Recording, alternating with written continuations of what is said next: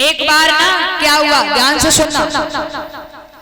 एक बार पार्वती मैया ने देखा कि एक गांव के बाहर एक बुढ़ा बुढ़िया, उनका इकलौता बेटा गांव के बाहर झोपड़ी डाल के भीख मांग मांग के खाए के गुजारो कर रहे।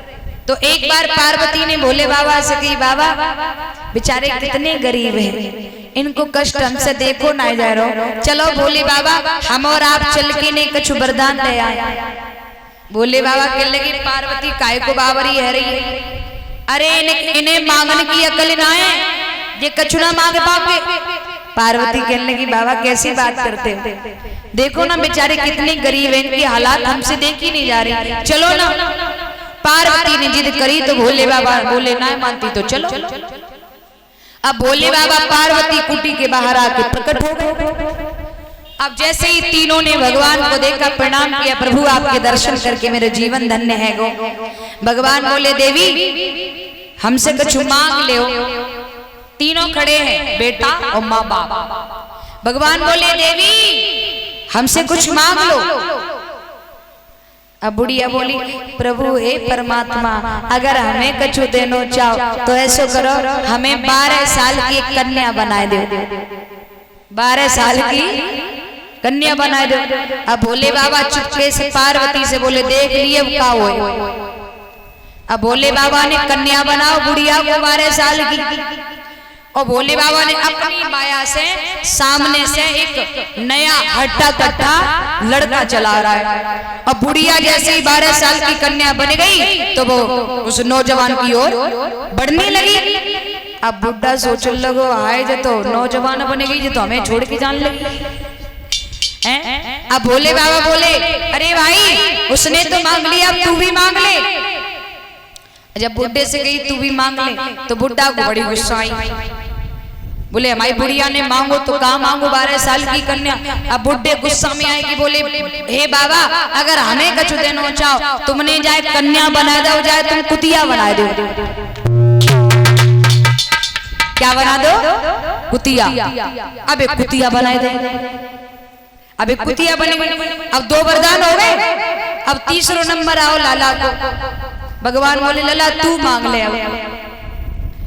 अब लड़का बोलो, प्रभु हम मांगे का, हम मांगे का, ऐसो करो अगर कुछ देनो चाहो तो हमारी मातारी जैसी हती तैसी कर दो। तो भोले बाबा हंस के बोले, देख ले पार्वती, वरदान तीनों मांग ले, लेकिन हाथ भी कुछ नहीं आया, तभी तो कह रहा हूं इन्हें मांगने की भी अकल नहीं है। तो प्यारे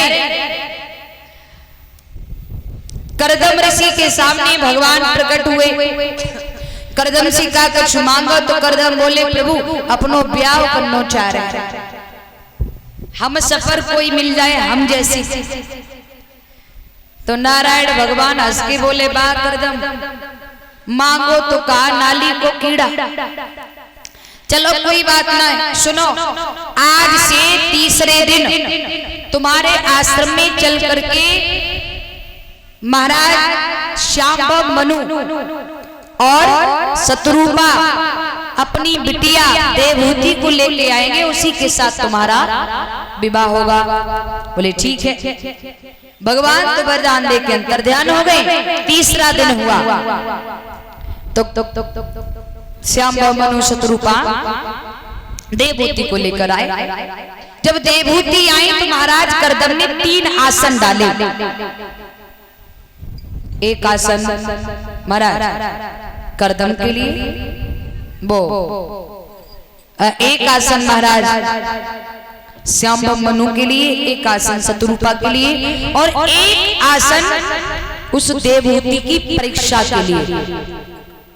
करदम सोचने लगी, अगर मेरे हाथ से बिछाए हुए आसन पर अगर ये लेट बैठ गई तो मैं समझूंगा कि जिंदगी भर हमसे सेवा लेगी, और नहीं बैठी तो मैं सोचूंगा मेरा अपमान कर रही है।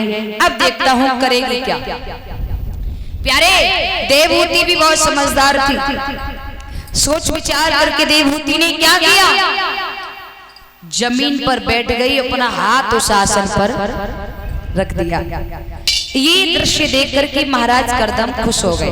बोले देवी ठीक है, आप मेरे जीवन में आने योग्य हैं, लेकिन देवी एक शर्त और होगी। बोले क्या?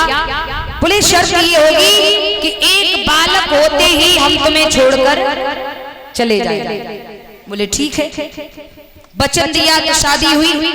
जब शादी हो गई तो काफी समय तक करदम देवहूति ने पैदल तीर्थों में भ्रमण किया है, पैदल यात्रा की है। और काफी समय बाद भगवान की कृपा जब हुई तो करदम के सौजन्य से देवहूति के गर्भ से एक बिटिया ने जन्म लो। और जैसे ही बिटिया ने जन्म लिया तैसे ही करदम घर छोड़ के चल दिए। तो देवहूति रोने लगी। करदम ने कहा क्या बात है, क्यों रो रही हो, क्यों रो रही हो? जवाब दिया महाराज मैं रो इसलिए रही हूं क्योंकि बात हुई थी बालक की, बात हुई थी बालक की, लेकिन ये बालक नहीं है, ये तो बालिकी है। और जिस दिन बालक हो जाए उस दिन हमें छोड़ के चले जाना। करदम मन ही मन में सोचने लगे अब तो लग रही कर रहे फंस गए, अब कैसे निकल पाए। भैया एक दो बालक नहीं भैया, मैया देवहूति से एक दो बालक नहीं, 9 बिटियां भाई, 9। कितनी बिटियां? 9। और जब 9वीं बिटिया भई तो करदम कहने लगे ओरी बाबरी हमें जान दे है सकते है परमात्मा को मंजूरी नहीं है छोड़ा जाए तो कमे जाई में फंसो रहा। तो देवहूति ने प्रार्थना की प्रभु एक लास्ट संतान और देखिए। 10वें नंबर पर जब देखा है तो श्री नारायण भगवान के अवतारी श्री कपिल देव भगवान का प्रकटा हुआ। श्री कपिल देव भगवान की भैया। करदम घर छोड़ करके चल दिए तो देवहूति फिर रोई। तो करदम ने कहा क्या बात है? तो देवहूति कहने लगी महाराज नेयत कर्म धर्मायन विरागाय कल्पते। नेयत कर्म, इस शरीर में मैंने संतों से महापुरुषों से या भगवान से नेय नहीं कर पाया। धर्माया, मैंने शरीर में धर्म नहीं कर पाया, दान धर्म नहीं कर पाया। न विरागाया, शरीर में परमात्मा के प्रति वैराग्य नहीं बैठ पाया। न विरागाय कल्पते, न तीर्थ पद, इन पैरों ने तीर्थ नहीं कर पाया। सेवा ये जीवन भी मृतोष, इन हाथ ये शरीर किसी की सेवा में नहीं लग पाया। और ऐसा शरीर मेरा जीवित होते हुए भी मुर्दे के समान रह गया। बोलिए गोविंद भगवान की। जब देवहूति ज्यादा रोई तो कपिल देव भगवान ने अपनी माँ देवहूति को समझाया और